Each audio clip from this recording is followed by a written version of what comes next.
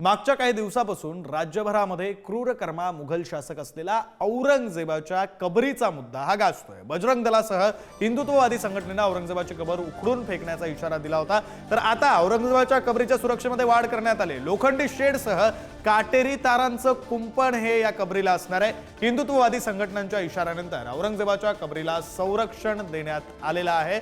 आता औरंगजेबाच्या कबरीच्या सुरक्षेत वाढ करण्यात आली आहे। 20x12च्या लोखंडी शेडसह काटेरी तारांचं कुंपण हे लावण्यात आलंय। औरंगजेब कबर वादाच्या पार्श्वभूमीवर एनआयएचं पथक सुद्धा संभाजीनगरमध्ये दाखल झालेलं आहे। तर या पथकाकडून औरंग्याच्या कबरेची पाहणी सुद्धा करण्यात आलेली आहे। ज्या परिसरामध्ये ही कबर आहे त्या खुलताबाद परिसराची सुद्धा पाहणी करण्यात आली। एनआयएच्या पथकाकडून जालना आणि परभणीतील हालचालींवरही लक्ष ठेवण्यात येत आहे। तर औरंगजेबाच्या कबरीच्या संरक्षणासाठी केंद्र सरकारकडून विशेष खबरदारी घेतली जाते।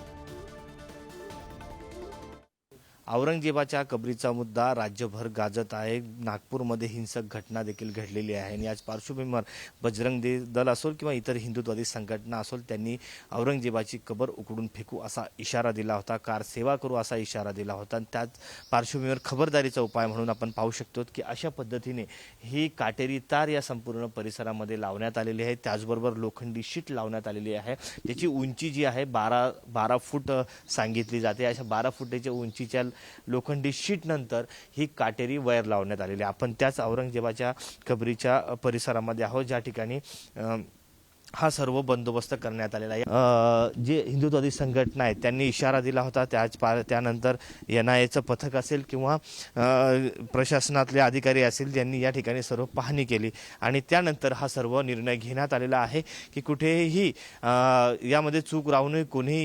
कोणीही जो व्यक्ती आहे जो कायदा व सुव्यवस्थेचा प्रश्न निर्माण करेल असा कुठलाही व्यक्ती इथपर्यंत पोहोचू नये आणि कुठलीही इजा त्या कबरीला पोहोचू नये खबरदारी प्रशासन घेताना आपल्याला पाहायला मिळत आहे। कॅमेरा पर्सन अमोल वाघुलेसह मी सचिन जिरे, पुढारी न्यूज, छत्रपती संभाजीनगर।